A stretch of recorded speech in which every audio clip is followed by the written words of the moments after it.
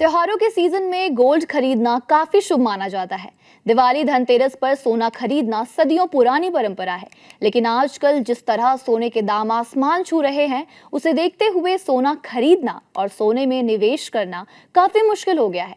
ऐसे में लोग सोने के अलग अलग विकल्पों की तलाश कर रहे हैं। इन्हीं में से एक है गोल्ड ETF यानी गोल्ड एक्सचेंज ट्रेडेड फंड, जो एक खास निवेश ऑप्शन है जो सोने की कीमतों से ही जुड़ा होता है।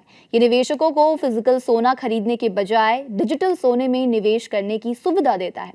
गोल्ड ETF में निवेश करने से निवेशकों को सोने की कीमतों में उतार चढ़ाव के अनुसार बेनिफिट मिलता है। इनमें आप फिजिकल सोना खरीदने के बजाय ETF की यूनिट्स खरीद सकते हैं, जो डीमटेरियलाइज्ड फॉर्म में स्टोर किए गए 99.5% शुद्ध सोने के मालिकाना हक को दर्शाती है।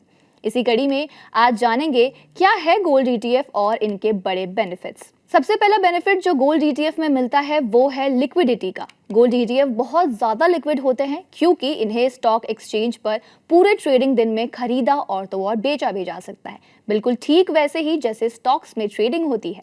दूसरा बेनिफिट जो गोल्ड ETF में मिलता है वो है कम लागत का। गोल्ड ETF कॉस्ट इफेक्टिव होते हैं क्योंकि फिजिकल गोल्ड से जुड़ी कोई मेकिंग चार्जेस या स्टोरेज कॉस्ट इनमें नहीं होता। इनका एक्सपेंस रेशियो आमतौर पर कम होता है। तीसरा फायदा है सुरक्षा और सुविधा।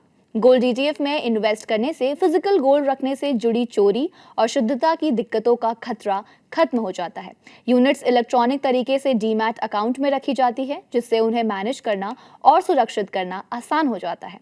अगला बेनिफिट जो आपको ETF में मिलता है वो है ट्रांसपेरेंसी का। गोल्ड ETF की कीमत ट्रांसपेरेंट होती है। असल में ये सीधे सोने की रियल टाइम स्पॉट कीमत से जुड़ी होती है। और सबसे आखिर डाइवर्सिफिकेशन। गोल्ड ETF आपके इन्वेस्टमेंट पोर्टफोलियो को डाइवर्सिफाई करने का एक आसान तरीका होता है और महंगाई और करेंसी के उतार चढ़ाव के खिलाफ बचाव का काम करते हैं।